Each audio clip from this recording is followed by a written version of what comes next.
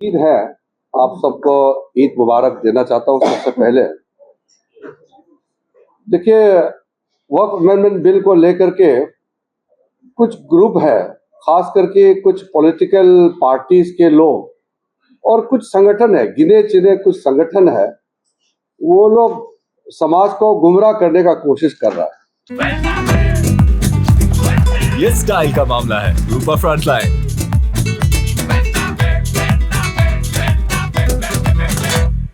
मैं बहुत साफ साफ तौर पर कहना चाहता हूं कि झूठ ना बोले और वक्फ बिल में जो प्रावधान है उसको अच्छी तरह से पढ़ के फिर उसके बाद में तर्क रख करके अपना बात को बोलने से अच्छा है।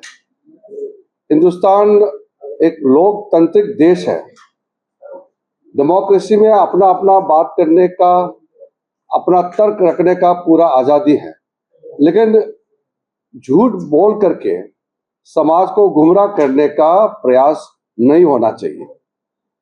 हमारे जो बजट सत्र चल रहा है, वक्फ अमेंडमेंट बिल को लाने का प्रक्रिया जो शुरू हुआ है, हमने तैयारी पूरा कर लिया है। कब लाएंगे वो आप लोगों को बता देंगे, हम कल ही आप लोगों को बताएंगे। लेकिन वक्फ बिल आने से पहले समाज में तनाव पैदा करने के लिए कुछ संगठन जो प्रयास कर रहा है, हमारे नजर में आ रहे हैं। 2-3 दिनों से मैं देख रहा हूं कि रमजान के समय और आज ईद के समय में भी हाथों में काला पट्टी बांध करके आने का आह्वान करना और सड़कों पर उतरने के लिए उकसाना, ये हमारा देश के लिए ठीक नहीं है। हमने शुरू से बताया कि वक्फ बिल में जो जरूरत चीज है, जो लोगों का भला के लिए, गरीब मुसलमानों के लिए, महिलाओं के लिए और पिछड़े वर्ग जो है मुसलमानों में, उनके लिए और सब के लिए वक्फ अमेंडमेंट बिल का प्रावधान किया जा रहा है। लोग कहते हैं कि कुछ लोग मुसलमानों का मस्जिदें, कब्रिस्तान और मुसलमानों का जमीन जायदाद छीन लिया जाएगा, ऐसा क्यों बोलते हैं? मुझे समझ में नहीं आ रहा है कि वक्फ कानून आजादी से पहले भी था हिंदुस्तान में, आजादी के बाद में भी ये कानून मौजूद है। 1913 में, 1923, 1931, फिर आजादी के बाद 1954, फिर 4 बार संशोधन, फिर 1995, फिर 2013 में वक्फ कानून के ऊपर में लगातार बदलाव भी किया गया है और वो कानून चलते रहा। वक्फ कानून इतने सालों से चल रहा है और इसको गैर संवैधानिक बताना, अनकॉन्स्टिट्यूशनल, अनलॉफुल बताना, इससे बड़ा झूठ क्या हो सकता है? और ये देश संविधान से चलता है, कानून से चलता है, किसी का जमीन कैसे छीन सकता है? इस तरह का झूठे बातें करके लोगों को बरगलाने का काम करना, ये तो ठीक नहीं है। ये कौन लोग हैं जो झूठ बात बोल करके आम लोगों को गुमराह करने का जो प्रयास कर रहे हो? कौन लोग हैं? मैं आप लोग से भी अनुरोध करता हूं, आप चेहरा पहचानिए।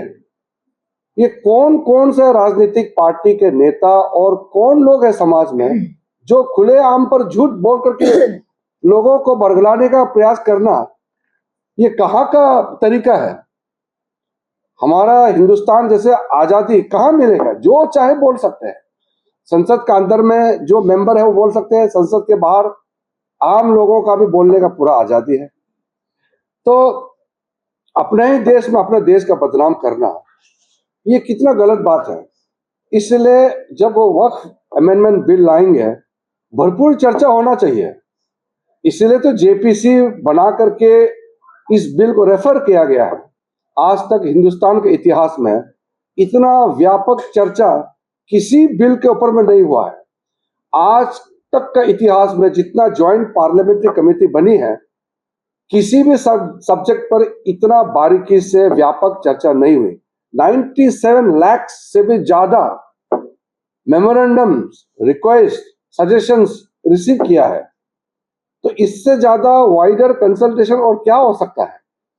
और तब जाकर के वक्फ अमेंडमेंट बिल को फिर से हम पार्लियामेंट में लेके आ रहे हैं। तो इसमें पूरा तरीके से रूल के मुताबिक प्रोसीड्योर को मेंटेन करते हुए संवैधानिक प्रक्रिया है, हम पूरा मेंटेन कर रहे हैं। तो जिसको जिस पार्टी का भी मत रखना है पार्लियामेंट में रखिए। हम 2 घंटे 3 घंटे 4 5 6 7 8 घंटे देर रात तक अगर चर्चा करना है हम चर्चा करने के लिए तैयार है।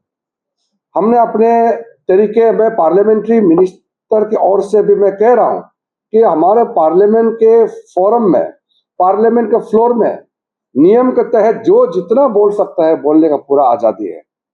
इसलिए मैं अनुरोध करना चाहता हूं, बाहर से हमने पूरा व्यूज ले लिया है, मेमोरेंडम्स रिप्रेजेंटेशंस पूरा कलेक्ट कर लिया है। अब जब बिल पार्लियामेंट के अंदर चर्चा होगी तो पूरा इसको बारीकी से चर्चा होना चाहिए। एक एक प्रावधान, एक एक सेक्शन और उसमें जो क्लोज है, हम क्या क्या चेंजेस ला रहे हैं और क्या क्या पुराने को रख रहे हैं, इसका बारीकी से चर्चा होना चाहिए। और एक एक पॉइंट का हम जवाब देंगे, लेकिन चर्चा तो होना चाहिए। हंगामा से कुछ नहीं होता है। इसलिए मुझे ये पिछले 2-3 दिनों में जो देखने को मिला, इससे बिल्कुल अच्छा नहीं लगा। पूरा झूठ बात फैला करके कई कई जगह में लाउड स्पीकर लगा के पूरा ब्रॉडकास्ट कर रहे हैं कि मुसलमानों का जमीन छीनने जा रहा है, मस्जिद छीनने जा रहा है, कब्रिस्तान छीनने जा रहा है। ऐसे क्यों झूठ बोलते हैं? वो जो बोलने वाला लोगों का चेहरा भी पहचान ही है, क्योंकि CAA जब लाया था तब भी यही झूठे बातें इन्होंने किया था कि CAA लाएंगे तो मुसलमानों का अधिकार छिन जाएंगे, नागरिकता छिन जाएंगे, मुसलमानों को देश से बाहर कर देंगे, ऐसा बोला है।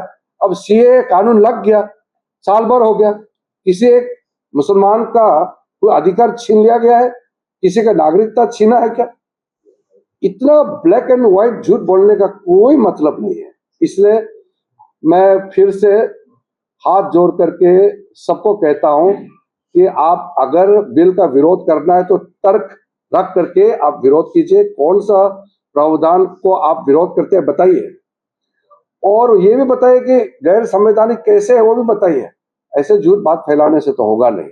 तो मैं आप लोगों के माध्यम से भी फिर से मैं कहना चाहता हूं, आज ईद का दिन है, झूठ बिल्कुल नहीं बोलना चाहिए, चाहे वो मुसलमान हो या गैर मुसलमान हो। हाँ, सच बात है, ईद का दिन में दिल से बात निकलना चाहिए, झूठ बात बिल्कुल नहीं बोलना चाहिए।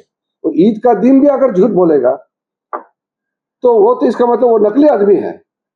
इसलिए मैं पुनः आग्रह करता हूं कि हम लोग जब बिल आने वाले हैं तो फिर उसको चर्चा के लिए तैयार करें। बिल्कुल बहस होना चाहिए, पार्लियामेंट्री डेमोक्रेसी है, खुल करके बहुत बारीकी से बहस होना चाहिए, डिबेट एंड डिस्कशन, ये सबसे बड़ा हमारा ताकत है भारत का। इंग्लिश में बोलेंगे।